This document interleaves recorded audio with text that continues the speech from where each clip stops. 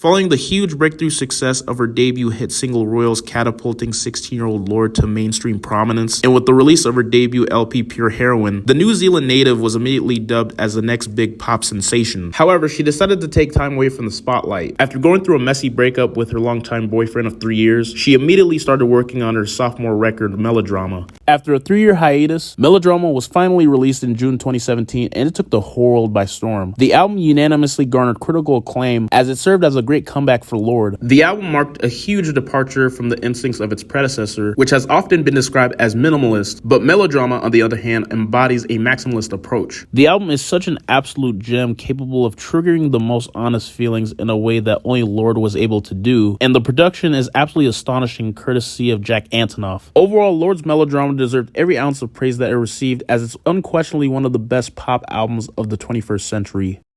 That's the way every day goes. Every time we've no control. If the sky is pink and white. Blonde is an album that encapsulates the profound transformation and growth of Frank Ocean as an artist. Even though Channel Orange was the album that marked Frank Ocean's triumphant emergence into mainstream consciousness, Blonde presented itself as a revelation, showcasing the lyrical maestro's unique ability to craft narratives with intricacy and depth. Throughout the entire record, the voice of a generation crafts a deeply personal and abstract journey that feels like a rite of passage. Unabashedly emotional and sonically complex, Blonde is an album that continues to challenge and inspire, securing Frank Ocean's place as not just a musical innovator, but a creator of art that speaks to the very essence of human experience. London calling, now don't look to us. Phony Beatlemania is bitten the time. Throughout the 70s, The Clash had established themselves as one of the greatest acts to come out of the punk scene. By 1979, they had blessed us with one of the greatest double albums of all time. A highly regarded album considered by many to be the most influential punk record of all time, London Calling finds The Clash at their most ambitious, as it helped the band sustain their relevancy after their punk colleagues such as the Sex Pistols were fizzling out. Blending everything from punk, reggae, ska, and even jazz, the curious mixture of styles performs so marvelously well. A truly landmark album, London Calling features an eclectic take on punk music, as each song on this record distinctly incorporates the sound that The Clash had become known for a while, utilizing elements of various musical genres to create such a flawless album.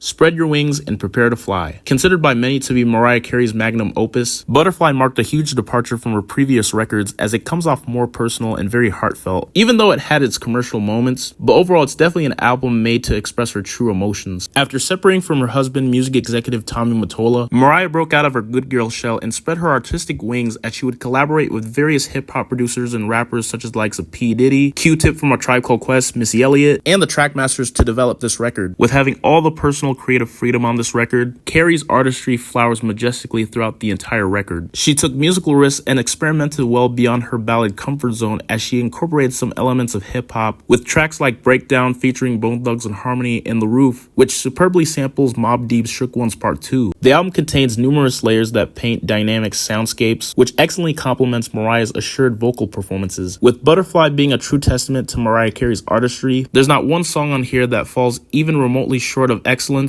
making it a hallmark pop album that easily ranks among the best of the 90s. The days are bright and filled with pain and close.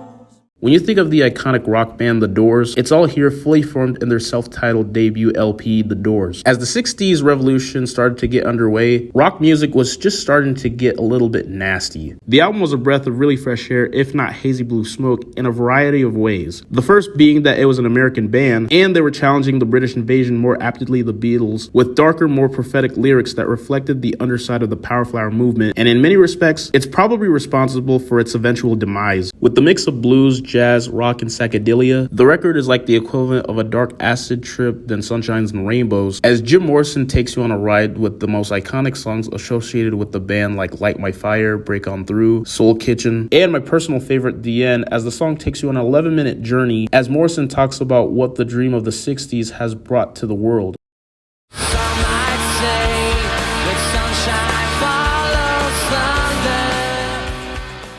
Following Following the critical success of Oasis' debut record, Definitely Maybe, the Manchester five-piece had a lot to live up to, as they not only needed to prove that they were more than just one-hit wonders, but also trying to avoid from suffering from the typical sophomore slump curse. While Definitely Maybe was the album that catapulted Oasis into the mainstream, What's the Story Morning Glory was like the first time it felt like we were dealing with a new version of the Beatles, as Noel Gallagher penned songs that sound like the golden age of rock and roll had come back. Going out to the English countryside, Oasis made a bold leap forward with What's the Story Morning Glory, with songs that felt a lot more worn in than what was on their previous record. The songwriting on this record cranked up all the way to 11, as it contains some of Oasis' greatest records from Champagne Supernova, Some Might Say, Wonderwall, and my personal favorite, Don't Look Back in Anger. Even some less memorable tracks on here are still a blast for what they are, bringing the Manchester natives a little bit of 60s sophistication that had become synonymous with the Britpop movement.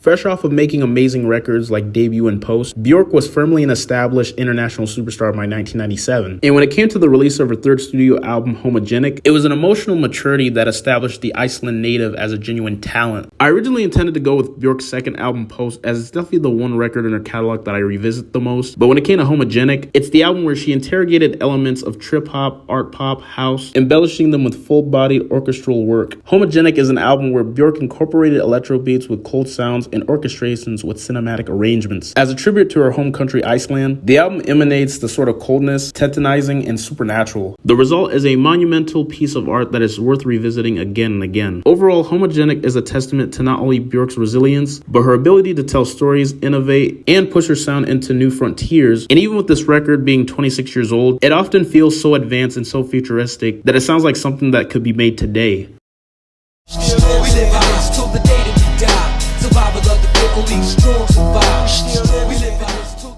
Now, to say that the 90s was the golden age of hip-hop would be a complete understatement. If you were to ask me who superbly captured the violent and dark nature of 90s New York rap music, it'd be none other than the Queens rap duo Mobb Deep. After the disappointment of their debut LP, Juvenile Hell, massively flopped, the group were immediately dropped from their label, and from there, they would strike with a true vengeance. Once they dropped their sophomore album, The Infamous, back in 1995, the official Queensbridge Murderer shook up the hip-hop world to its core. This gritty release stands as an undisputed masterpiece, defining the New York hardcore rap scene with its raw, unrelenting portrayal of the inner city life. As the album made its impact in the mid-90s, it solidified Mobb Deep's place as the cornerstone of the East Coast Renaissance, alongside iconic albums like Wu-Tang's 36 Chambers, Nas' Illmatic, and the Notorious B.I.G.'s Ready to Die. With Havoc's phenomenal production style, along with the Tribe Called Quest Q-Tip manning the boards to create some of the bleakest, grimy production ever, and Prodigy spitting some of the greatest verses in the history of hip-hop, Mobb Deep quickly catapulted themselves to the top of the New York battle for rap supremacy. Rest in peace, Prodigy. This album truly solidified you as one of the all-time greats.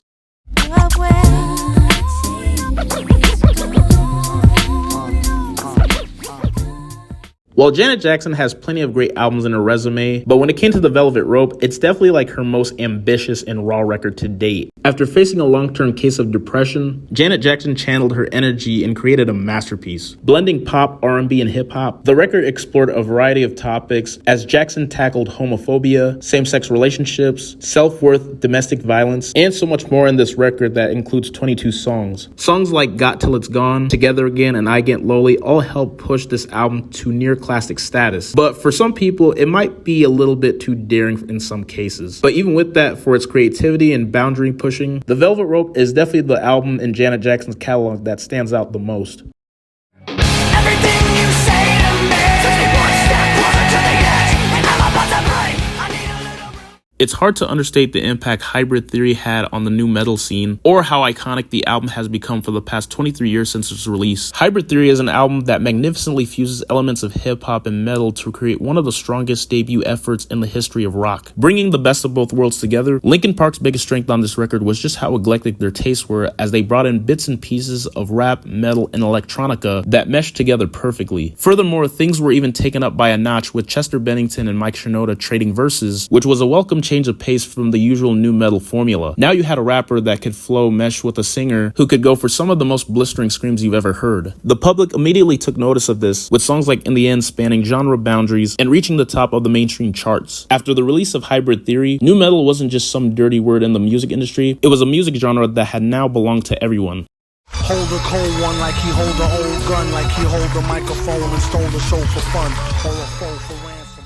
Along with Nas's Illmatic and Eric B. and Rakim's Paid in Full, Madvillainy is one of the most influential hip-hop records ever made. It birthed a generation of MCs who worship this record like rap music's holy grail, and for good reason, because the music is nothing short of flawless. Madlib's dark and gritty style will put you in a trance, sampling a record store's worth of albums, and Doom's lyricism is just at its peak. MF Doom's rhymes are just as intricate, crowning himself the king of wordplay with a limitless supply of witty punchlines and double entendre. From tracks like Accordion to the mind-boggling barrage of rhymes on Rhinestone Cowboy, Madvillainy is full of contenders for verse of the century, as the boombastic beats by Madlib had complemented Doom's style so brilliantly. In every way, it's the perfect MF Doom record.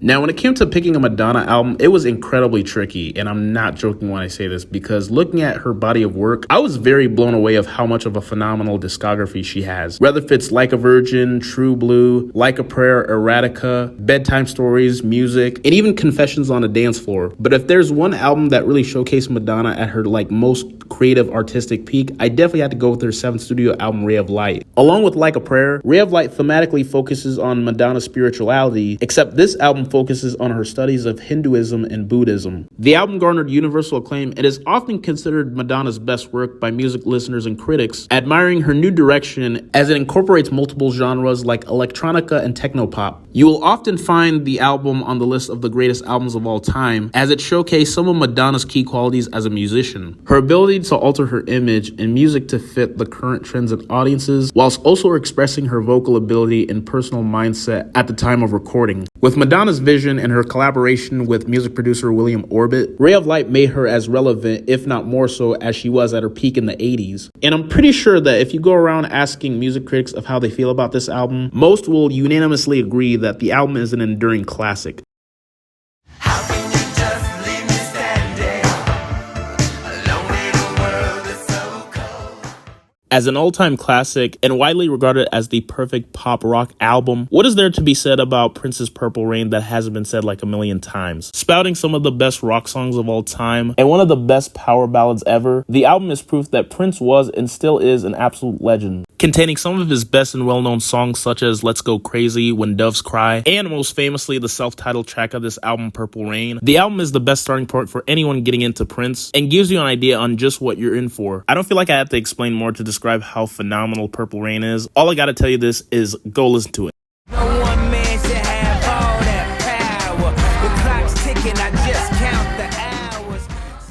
Now, from a personality standpoint, I hate Kanye West. He's somebody that I find to be quite an objectionable cunt who says some of the dumbest and most outrageous shit possible, as he often comes across like an egotistical lunatic. However, despite how I feel about him personally, when it comes to discussing Kanye's artistry, none of it can be denied, from his excellent production to being one of the most influential musical artists of the 21st century, with most of his work being decade-defining. None of that can ever be taken away from Kanye West, no matter how much of a repulsive douchebag he can be. Even though Ye has plenty of phenomenal records in his catalog, My Beautiful Dark Twisted Fantasy is undisputedly his magnum opus, as it's the perfect representation of himself, raw, emotional, over the top, and technically brilliant. The album was released at a time when Kanye was perhaps the most scrutinized person in the music industry, and its quality makes it clear that being under a lot of pressure is where Ye truly thrives. The record incorporates many different styles, but makes them all work thanks to Kanye's passionate delivery and the album's remarkable production, with old school hip-hop vibes, R&B, and even rock driving the album forward through tracks such as All of the Lights, Gorgeous, So Appalled, Monster, Devil in a Dress, and even Power. My Beautiful Dark Twisted Fantasy acts as a combination of all of Kanye's previous albums.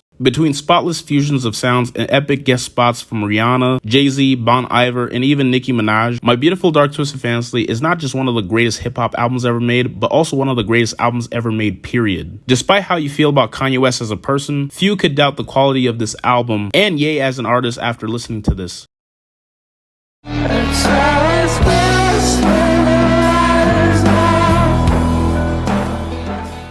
To try and summarize Radiohead's masterpiece OK Computer in a few paragraphs is pretty daunting, to be honest. Stomping out most of their competition, this was one of the landmark records of the 90s for any brand of rock music, taking bits and pieces of electronic music and layering it with some of the most beautiful lyrics that Tom York would create. The album feels like you're being treated to certain musical vignettes on every single one of these tracks, from the alien abduction going on in Subterranean Homesick Alien to the biggest depression lullaby of all time with no surprises. OK Computer is an album that has so much creativity and how Radiohead utilized the different sound effects as they were expanding the horizons of what rock and roll could be in the next decade, as they would spend the good portion of the 2000s continuing to explore what they were capable of.